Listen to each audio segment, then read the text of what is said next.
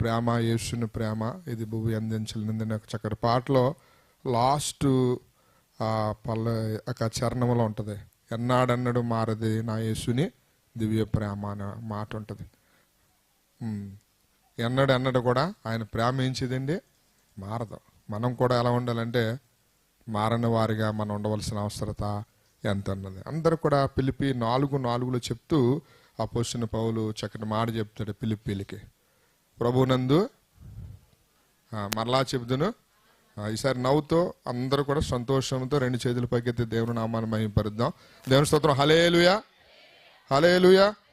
ఇలా నెహెమీయా గ్రంథంలో ఒక చక్కటి మాట ఉంటుంది. ఏంటంటే యెహోవాయందు మీరు ఆనందించిన వల్ల ఏం పొందుకుంటారో అది. యెహోవాయందు మీరు ఆనందించిన వల్ల ఏం పొందుకుంటారో చెప్పాలి. యెహోవాయందు మీరు ఆనందించిన వల్ల ఏం పొందుకుంటారు? బలము పొందుదురు. దేవుని స్తోత్రం. హల్లెలూయా. ఇందాక చాలా లిస్టు మరి దైవజనులు చెప్పారు. అవన్నీ ఎందుకంటే బలంగా ఉండి ముందుకెళ్ళాకన్నమాట. ఎందుకంటే అవన్నీ బలంగా ఉండి ముందుకెళ్ళడానికి అనమాట, ఏదన్నా చేయడానికి. కానీ పిల్లరా, అసలు రహస్యము, అసలు విషయం ఎక్కడుందంటే పరిశుద్ధ గ్రంథంలో ఉంది. ఎందుకుందయ్యా అంటే ఏ వస్తువన్నా తయారు చేసిన వాళ్ళు దాని గురించి పూర్తిగా తెలుస్తుంది. ఆ తయారు చేయనుడు ఏం చెప్తాడంటే దీన్ని అలా చేయాలి ఇలా చేయాలంటారు. కానీ మన అందరినీ తయారు చేసిన వాళ్ళు ఎవరంటే యేసుక్రీస్తు వారు. కాబట్టి మనలో ఉన్న సమస్తం తెలిసిన గొప్ప దేవుడు మహిమోన్నతుడు ఎవరంటే యేసు ప్రభువారు. కాబట్టి పిల్లరా, యెహోవాయందు ఆనందించిన వల్ల మీరు బలము పొందుదురని నెహెమీయా గ్రంథంలో నెహెమీయా అక్కడ ఉన్న వారు అందరితో కూడా మాట్లాడిన మాట 10వ అధ్యాయంలో ఆ మాటలు మీకు కనపడతాయి. చదవవసరం లేదు కానీ పిల్లరా, ఇంటికి వెళ్ళిన తర్వాత ఆ మాటలు మీరు చదువుకోండి. ఇది నాన్న దైవసన్నిధిలో మన అందరం కూడా ఎన్నో విషయాలు మీరు ఆలకిస్తున్నారు. కాబట్టి ఇవన్నీ కూడా ఏవి కూడా మర్చిపోకుండా దేవుని యందు ఆనందించేవారిగా, సంతోషించేవారిగా.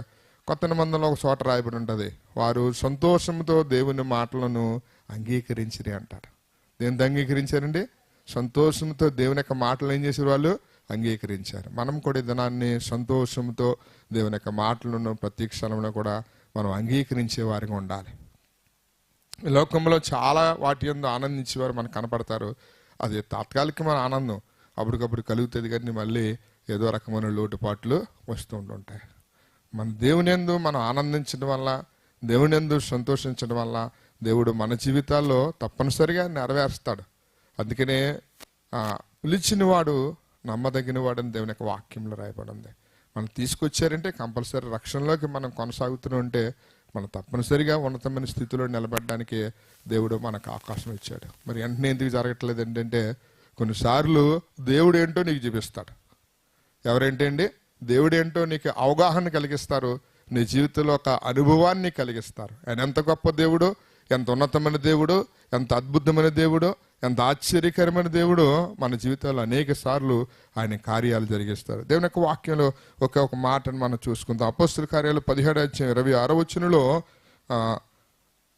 17:26 అపోస్తలుల కార్యాలు 17:26 మనం చూస్తే, మరియు యావత్ భూమి మీద కాపురముండుటకు ఆయన యొక్కని నుండి ప్రతి జాతి మనుషులను సృష్టించి వారు ఒకవేళ దేవుణ్ణి తడువులాడి కనుగొందరేమో అని తన్ను వెదుకు నిమిత్తము నిర్ణయ కాలమును వారి నివాస స్థలం యొక్క పొలిమేరలను ఏర్పరచెను. ఆయన మనలో ఎవనికి దూరముగా ఉండువాడు కాడు. అది నేను స్తోత్రం. హల్లెలూయా. ధనికులను ఒకలాగా, పేదలను ఒకలాగా, నల్లగా ఉన్నాను ఒకలాగా, తెల్లగా ఉన్నవాడిని ఒకలాగా, పొట్టివాడిని ఒకలాగా, పొడుగువాడిని ఒకలాగా ప్రేమించే దేవుడు యేసుక్రీస్తు వారు కాదు. ఆయన మనలో ఎవరికి కూడా దూరముగా ఉండేవాడు కానే కాదు పిల్లరా, కానే కాదు. ఆయన ఎవరికి దూరము ఉండేవాడు కాదు, మనందరికి కూడా సమీపంగా ఉండేవాడు. మనం ఏం చేయాలంటే తడువులాడి ఆయన్ని మనం కనుగొనాలి. రక్షణ పొందని వారు రక్షణ పొందడానికి ఇష్టపడాలి. దీని గురించి అవగాహన, దీని గురించి ఆలోచన నీకు లేదు కాబట్టి మనము ఆ రక్షణ ఏం చేస్తామంటే తర్వాత చూద్దాంలే, లేకపోతే తర్వాత పొందాలి అని అనుకుంటాం. రక్షణ పొందిన వారందరూ కూడా దాని రక్షణను కాపాడుకుంటూ మనం ముందుకెళ్ళాలి. ఎందుకంటే మనం ఒకళ్ళు వచ్చాం, తిరిగి ఎంతమందికి వెళ్తారో? 100 మందికి వెళ్తారా? 150 మందికి వెళ్తారా? కనీసం ఒక్కడు కూడా నీతో ఎవరు రాడు. అప్పటి వరకు చెప్పుకున్న ఆ లిస్టులో ఉన్న పేర్లు ఎవరు కూడా నీతో రారు. నువ్వే తిరిగి ఒక్కడ వెళ్ళవలసిన అవసరత ఎంతైనా ఉన్నది. దేవుడు చాలా గొప్పవారు. మనలో ఎవరికి దూరంగా ఉండేవాడు కానే కాదు. మనమైతే వాలంటరీగా దేవుని దగ్గర రావాలి.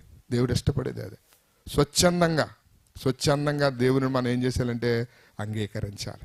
అందుకని యేసయ్య కానుకలు పెడితే కూర్చున్నప్పుడు ఒక ఆవిడి స్వచ్ఛందంగా తనకున్న 2 కాసులను కూడా ఏం చేసిందంటే ఆ కానుకలు పెట్టలే వేసింది.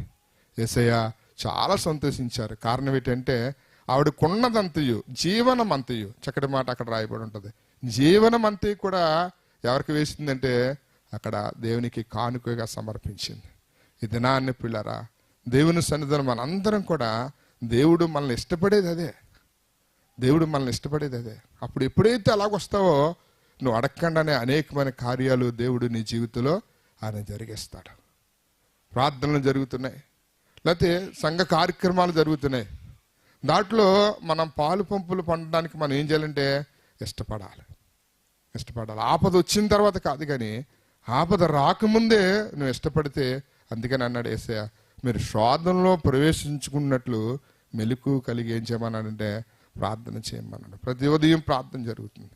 అలాగే ప్రతి మంగళవారం దినం ప్రార్థన జరుగుతుంది. ప్రతి బుధవారం కూడా ప్రార్థన జరుగుతుంది. ప్రతి శుక్రవారం కూడా ప్రార్థన జరుగుతుంది. మన సన్నిధిలో సహవాసంలో ప్రార్థనకి చాలా విలువగా మరి ప్రార్థన ప్రత్యేకమైన సమయాలను కూడా ఏర్పాటు చేయడం జరుగుతుంది. ఇవన్నీ కూడా మనం పొందుకోవాలంటే, ఆశీర్వదించబడాలంటే, లేకపోతే దీవించబడాలంటే, నీ బ్రతుకు అనేక మందికి ఆశీర్వాదకరంగా ఉండాలంటే ప్రార్థన లేకపోతే దేవుని యొక్క సన్నిధి సహవాసంలో ఉండవలసిన అవసరం ఉంది. ఇప్పటివరకు కూడా చక్కటి మాటలు అన్నారు. కొంతసేపట్లో ఇంకా బలమైన మాటలు మీరు వినబోతున్నారు. ఇవన్నీ ఫలించాలంటే ఒక వస్తువు కొనుక్కుంటాం, దాని కింద టర్మ్స్ అండ్ కండిషన్స్ ఉంటాయి. దాన్ని ఇష్టం వచ్చినట్టుగా ఆపరేట్ చేయడానికి మనకు పని అవ్వదు. దానికి ఒక సామర్థ్యం ఉంటుంది, దానికి ఒక ఫ్రీక్వెన్సీ ఉంటుంది, దానికి ఆ వివరాలన్నీ కూడా దాని మీద రాయబడి ఉంటాయి. వీళ్ళారా, మనకు కూడా దేవుని యొక్క వాక్యం మన జీవితంలో ఫలించాలంటే, దేవుని యొక్క కార్యాలు మన జీవితంలో ఫలించాలంటే ఆ యొక్క కండిషన్లు, నియమ నిబంధనలు అనేవి తప్పనిసరిగా ఉంటాయి. దేవునితో అనుసంధానమై ఉండవలసిన అవసరం ఉంది. దేవుని సహవాసంలో మనం కొనసాగవలసిన అవసరం ఉంది. దేవుని యొక్క ప్రార్థనలో మనం కొనసాగాల్సిన అవసరత ఎంతనే ఉన్నది. ఎందుకంటే ప్రస్తుత దినాల్లో మనం చూస్తున్నాం, ఆఖరి దినాల్లో, అంచె దినాల్లో మనం ఉన్నాం. ఎన్నో రకాల ప్రమాదాలు, ఎన్నో రకాల ఇబ్బందులు, ఎన్నో రకాల సమస్యలు బయట జరుగుతున్నాయి. దేవుడు ఎంతగానో మనల్ని కృప చూపించి దేవుడు అవకాశం మీద అవకాశాన్ని మనకు ఇస్తూ ఉన్నారు.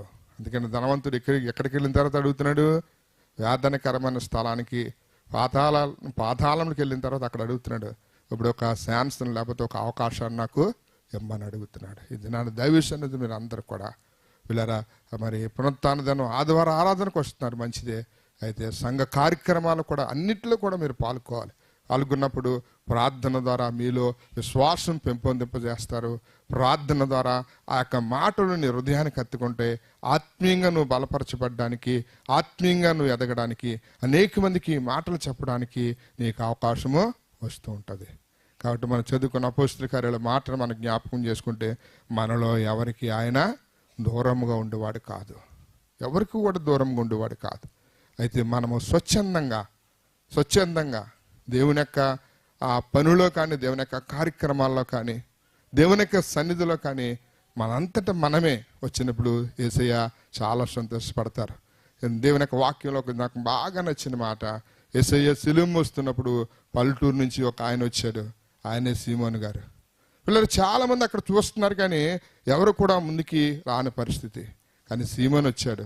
అంత మాత్రాన సీమోను మీద సిలువ పెడేసి నువ్వు నడిచే నీ వెనకాల నేను వస్తానని యేసుప్రభు అనలేదు. యేసుప్రభులో నాకు గొప్ప ఆ యొక్క ఆయనకు ఉన్నతమైన గుణలక్షణం అది. దేవుని స్తోత్రం. హల్లెలూయా, హల్లెలూయా. పిల్లరా, ఆ భారం అంతా అతను పడేసి నువ్వు నడిచి నేను వస్తాను హాయిగానే అనలేదు. ఆయన నీ కొరకు భారం మోయడానికి వచ్చిన గొప్ప దేవుడు యేసుక్రీస్తు వారు. అందుకని మత్తయి సువార్త 10:28-29 వచనాలు ఉంటుంది, ప్రయాసపడి భారం మోసుకుని వస్తున్న సమస్త మంది జనులారా నా దగ్గర రండి అంటాడు. ఆయన మనం పిలుస్తున్నాడు నీ భారం తేలికగా చేయడానికి, లేకపోతే నీకున్న వ్యాధి బాధల నుంచి విడిపించడానికి, నీకున్న సమస్తమైన సమస్యల నుంచి ఆయన విడుదల జరిగించడానికి ప్రభు మనం పిలిచాడు.